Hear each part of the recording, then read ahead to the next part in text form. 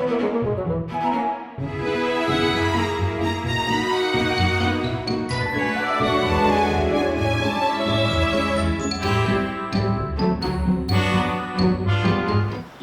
and gentlemen, I'd like to welcome you to this session of Through the Arsenal Gates. This is an opportunity for you to learn about people who have made history, are making history, and will make history. Today we have before us Patty Montemurri. She is a retired Free Press reporter, and she's written 5 books. So welcome, Patty. Glad to be here, Glenn. It's a real honor. Tell us where you were born. I was born in Detroit, but I grew up in Dearborn and Dearborn Heights. And my parents were Italian immigrants to the area, and they got married at St. Alphonsus Church, and I was baptized at St. Clement.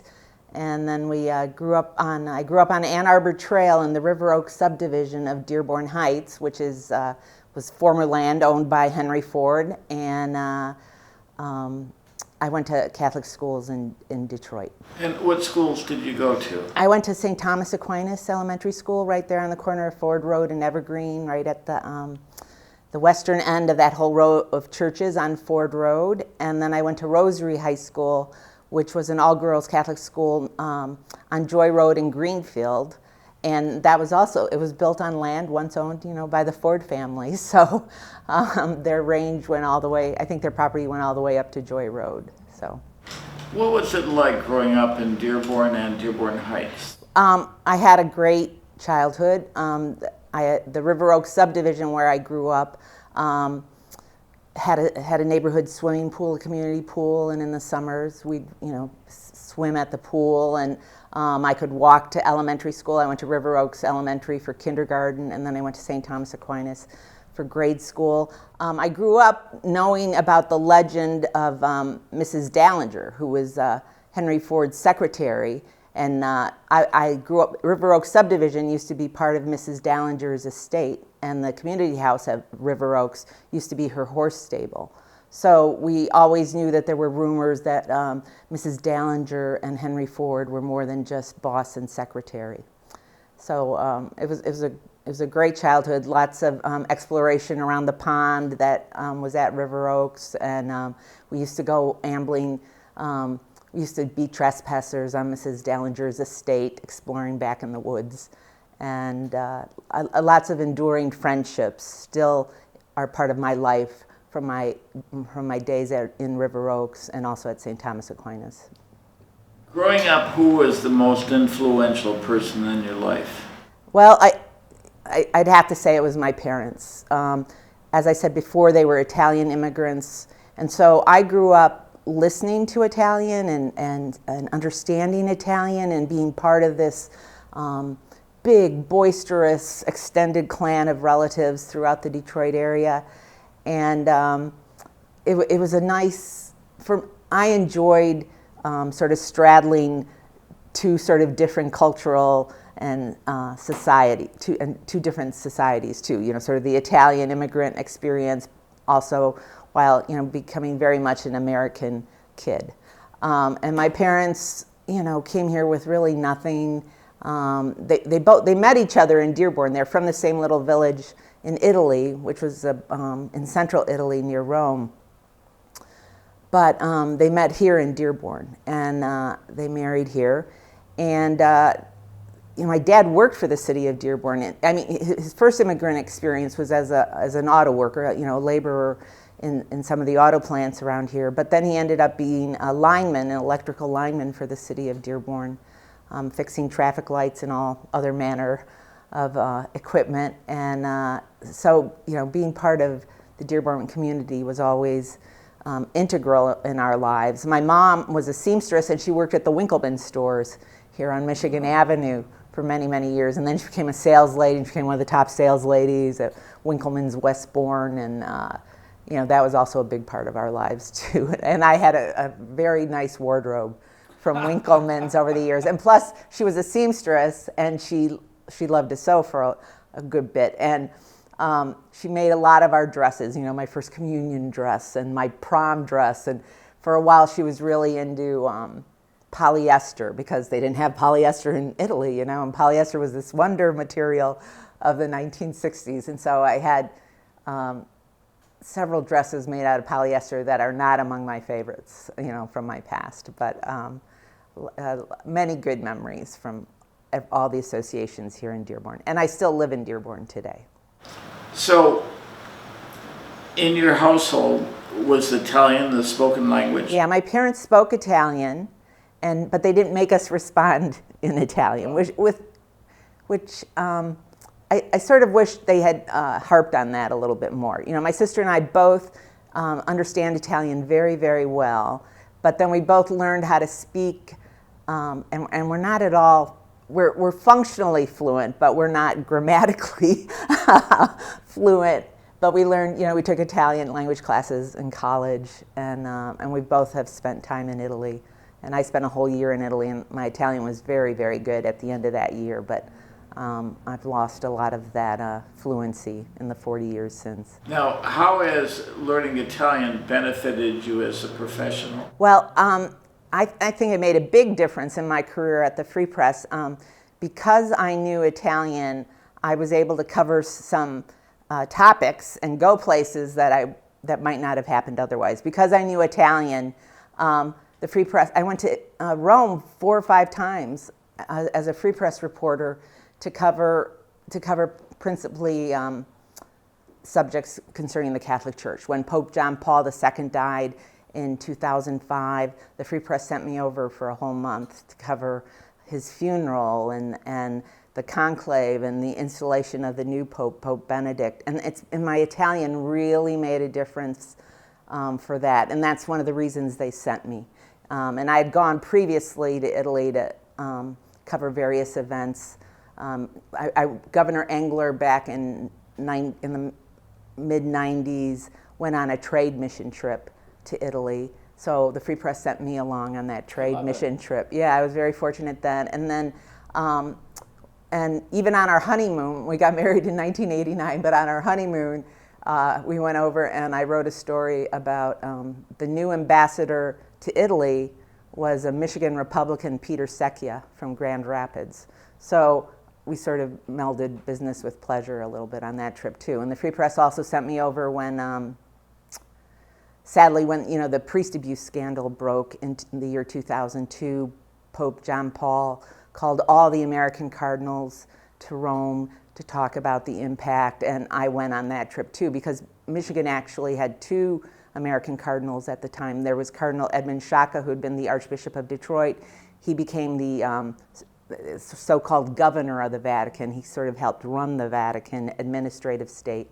And then Cardinal Sciacca's successor, Cardinal Adam Maida, was the Archbishop of Detroit, so he also was called to the Vatican. So, there was a big Michigan connection there for many years between Cardinal Sciacca and Cardinal Maida. And I also got to speak, the Italian also came in handy when Detroit began hosting international Formula One Grand Prix races. So sports isn't my specialty or anything, but because I could speak Italian, I was sort of dispatched to the Grand Prix, and I could talk to Italian auto mechanics. I could talk to Italian race car drivers, and just even trying to speak Italian sort of endeared me to some of these subjects. So so that's been very helpful over the years, and I think it gave me an edge, just as I described. Yes. Now, what is the literal translation of your name? So in Italian, it would be Montemurri. I'd be Patricia Montemurri. And I've interpreted it as Monte means mountain. Muri, if it was 1 R, would mean walls. And so maybe it means mountain walls. Who knows, for sure. And then when I was being really trying to be funny about it, Patricia means noble. My middle name is Donna, which in Italian is donna, which means lady. So I used to call myself the noble lady of the mountain walls. Then I found out it might not mean walls, but I'm like, I'm going with it. Yeah. So. Great. Good. Now, you worked for the Free Press for 37 years. I did. Tell us about it. I was very fortunate. I went to the University of Michigan and I majored in journalism there, and I worked at the school newspaper, the Michigan Daily, which is the best thing you can do if you want to be a journalist, or even if you just want to enhance your resume in general, is if you can show a potential employer that you can write, and you can write for a general audience, and you can see you can emphasize things that are important, or put things in good order. And so when I was at the Daily, I was one of many editors there and covered a variety of things, but I applied for an internship, and I got an internship at the Free Press the summer of my senior year. Ladies and gentlemen, if you're young, listen to this. This job as an intern led to her professional position. Yeah. It did, so I had a good summer as an intern at the Free Press, and there were some people there who wanted to hire me right away, but the Free Press management said, no, we don't hire people this young. You need more seasoning elsewhere. And so I applied for lots and lots of jobs, and I landed a position with the Associated Press, the wire service in Detroit, which is great experience because you do cover everything from sports and farm prices, all the way along the lines. And I had this experience where this plane almost crashed over Detroit, and it was a Northwest flight at the time, and did a barrel roll over Flint, and the pilot was able to pull it out, and I think his name was Hoot, which also added to the story, and so the AP sent me to the airport to help cover the press conference. And I was fortunate because the other wire service in town, UPI, did not go to the airport. And I just, wrote down everything the investigators and the airline was saying, and I wrote a story with the help, God bless him, of another crack AP editor and reporter by the name of Ron Zwankowski. And Ron was great with rewrite. So I'm calling from the airport, on a payphone, and I'm feeding him all this stuff, and he crafts it into a finely, tuned story, and this goes all over the country, and because it goes all over it's all over the wire system, and the Free Press ends up even though they had reporters there, they end up using chunks of my story and my quotes from the scene in their story, and UPI didn't have anything. My story appears in like the Washington Post and all these other places. And the next day I get a call from the Free Press, and it's a new editor from when I was an intern, just within the year. And the new editor said, I've heard good things about you. Let's talk about you coming to work for us. And so within a year of me having the internship at the Free Press, I was hired back as a full-time reporter. And I think I was 20. I started at 21 at the Free Press. So I was the youngest reporter there for about 3.5 years, and I joke that I peaked early, and then I sort of plateaued. But I always enjoyed being a reporter. I mean, there were opportunities for me to be an editor and move up the chain of command, and I just liked having my feet on the ground and being out of the office and not worrying about all the other things editors do, and just being a good reporter. How are you with deadlines? I think sometimes at the Free Press, some of the editors used to say that I wrote too long and I handed it in too late. But I can be, but I can adhere to deadlines, and I can act quickly on deadlines, and I can be pretty resourceful on deadlines. But deadlines help me produce or help me, get things going, but they're still a challenge for me. It's the hardest thing about writing for me is trying to write the top of the story, the lead. The lead's supposed to grab you and make you want to read the whole thing. And if I come up quickly with a good lead, then it's a piece of cake. And then if I'm like struggling with the lead, then it's like, how long is this going to take? So, but And I like writing, but I only like it after I'm done, pretty much. It's good to have written. Yeah, it is good to have written. Yeah, is a fine way of putting it. What's the most interesting story you've ever written? I have had a wealth of great opportunities. So all those stories I covered at the Vatican are just, etched into my memory. And but some of the other stories that were really special included a story I got to do on transplants, on heart transplants. And I wrote the story, I think it was in 1993, and I was right in the operating room. I was in scrubs and everything, and I saw them, doing the cutting, opening up the chest and removing the diseased heart, which they just cut out and they put it like in a Tupperware bowl, and it was still beating because there's still sort of bowl. Well, it's just sort of just some remaining electrical impulses that it did. And it was heavily it's not what we imagine a heart to look like when it's diseased, and there were giant like blood clots in it, and it was a really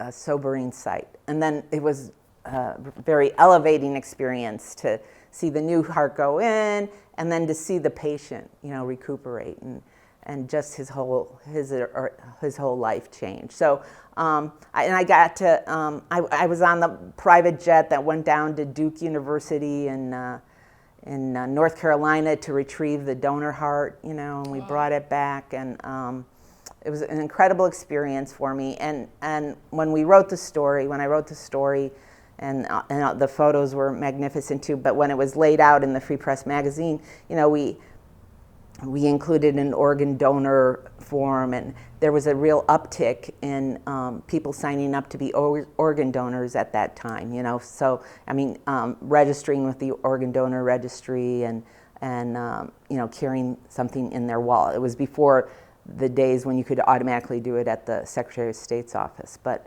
so that was just a phenomenal experience, and I got to follow Pope John Paul around the United States when he came in 1987.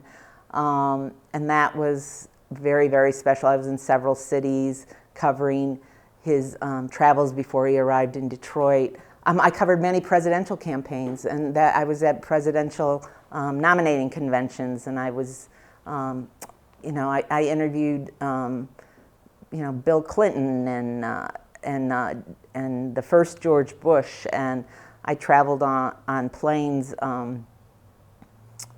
I traveled as part of the campaign sometime, going to different states, and I was at the Democratic and Republican conventions in 84, 88, 92. I helped cover the Gore-Bush campaign of 2000.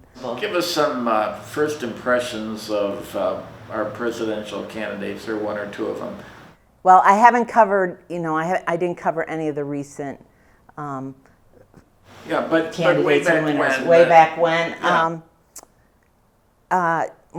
Bill Clinton was very knowledgeable and charming.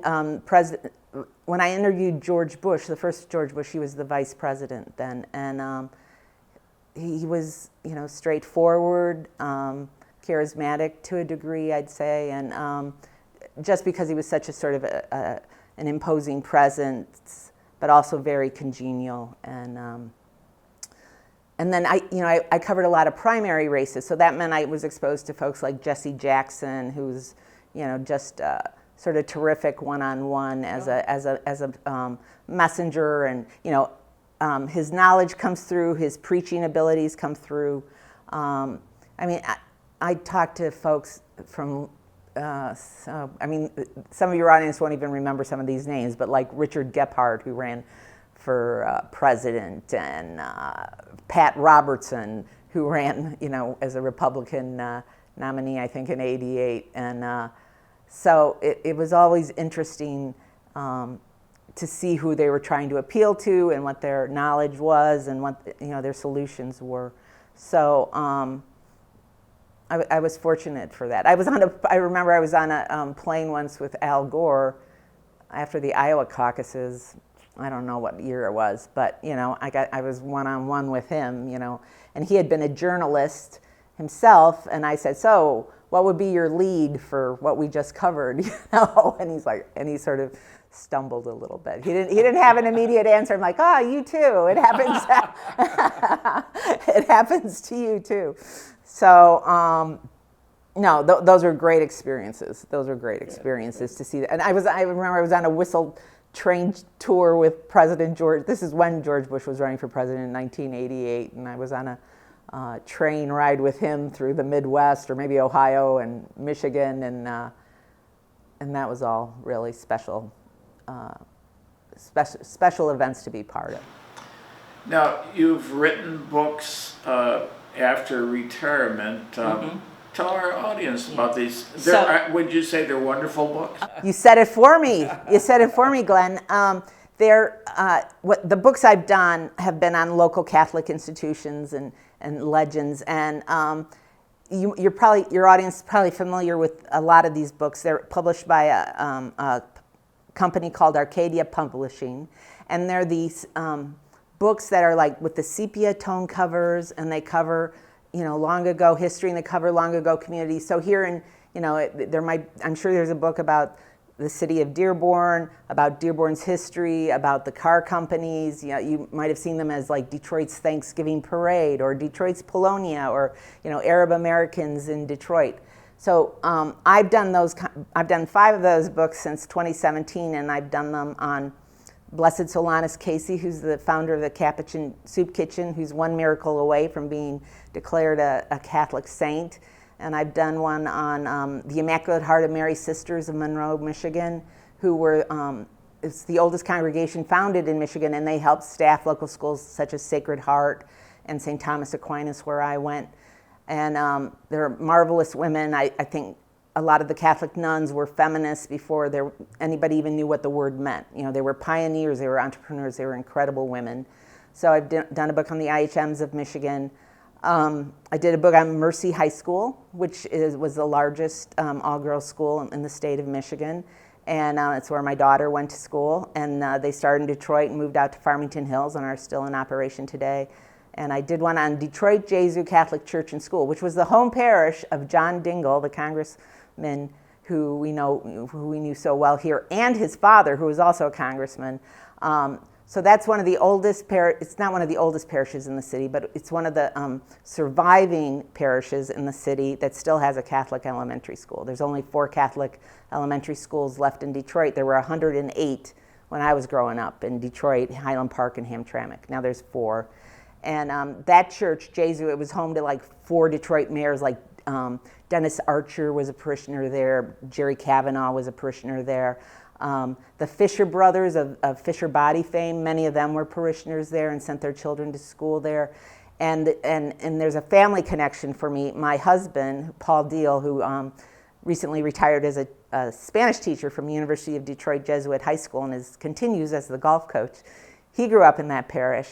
His father and his grandfather were architects who built a lot of churches in Detroit. And his grandfather was the architect of Detroit Jesu Catholic Church. And his mother's side of the family had a stained glass factory in Detroit from 1861 to 1970. And so the windows at Jesu were also designed by my husband's ancestors. And so because of that, and that firm also designed the windows at Sacred Heart here in Dearborn, because of that, I wrote a book on Detroit Jesu, and that book's raised over $13,000 for the school, and has sold over 2,000 copies, which is pretty good for, Excellent. For a book about a parish. So I did Detroit Jesu, and I did one. Oh, and my newest book came out about a year ago, and it's about the oldest church in Detroit. And the oldest church in Detroit is Saints Peter and Paul Jesuit Church. It's right across the street from the Renaissance Center. And it was dedicated in 1848, and that's the oldest existing church building of any denomination in the city. Folks know that there are parishes that are, so you've often heard St. Anne's Church down by the Ambassador Bridge is the oldest church, or the oldest parish in the city. But that church wasn't built. There were 8, this is the 8th iteration of St. Anne's Church since it was founded in 1701, and it was built in the 1880s. So it was built 40 years after Saints Peter and Paul Jesuit Church. And so Saints Peter and Paul was a really prime church. It is, that people were talking about closing it at one point, and it's survived and thriving now. So I wrote about that church. That book came out last year for its 175th anniversary. So you must be a wealthy woman from all these No, books. I'm not at all. These are sort of labors of love. Going to another subject, this Michigan Journalism Hall of Fame, did you pay somebody off? Or? Yeah, that's the... How did that happen? That's the joke, haha. But I'm deeply honored and eternally grateful that last year I was inducted into the Michigan Journalism Hall of Fame. And the Michigan Journalism Hall of Fame is sponsored by Michigan State University, and I think it goes back some 30 years. But I am honored to be amongst this esteemed group of journalists. And so one of the reporters at the Free Press, and who's a great guy, and he was on Fox 2 News and Channel 4 for many years, is M.L. Elric. And Elric and Jim Schaefer were the leads in the Free Press's effort to, they won a Pulitzer because of their coverage of the Kwame Kilpatrick administration and the Kwame Kilpatrick scandals accompanying his tenure back in like 2008. So Elric and I have worked together on a variety of stories over the years, and plus when he was at Fox 2 Detroit, I helped work as a sort of freelance investigative producer for for some of his stories. So Elric, God bless him, decided to nominate me for the Journalism Hall of Fame, and he got 10 people to write really nice recommendations about me, and we put together a whole package of my stories, ranging from political coverage to the church coverage to all sorts of things in between. And the heart transplant story, I remember there was a story about the IHM Mother House that was part of the package, but it sort of covered the breadth of my career, and I was fortunate that the committee looked at this and thought it was adequate for inclusion in the Hall of Fame. But it was a real highlight of my career. It was a beautiful evening at Michigan State University, and I had like 50 colleagues, friends, and my high school debate team all came, and it was a wonderful night. What is your philosophy of life? My philosophy of life is be kind, do your best with the talents God gave you, make people laugh if you can, and in my career, it's to do good work, to tell the facts as best you know them, and to give everybody a chance to speak, I guess. Patty, what do you want people to say about you as you pass to the next life? Okay, she was a good person. She was a good mom. She was a good wife. She was a good family member. She was a good member of the community, and she was a good reporter who told some good stories that made a difference too. Ladies and gentlemen, I hope you have enjoyed this edition of Through the Arsenal Gates with Patty Montemurri. If you enjoyed it, tell all of your friends. If you didn't enjoy it, just keep it to yourself. Thanks for joining us. Thank you.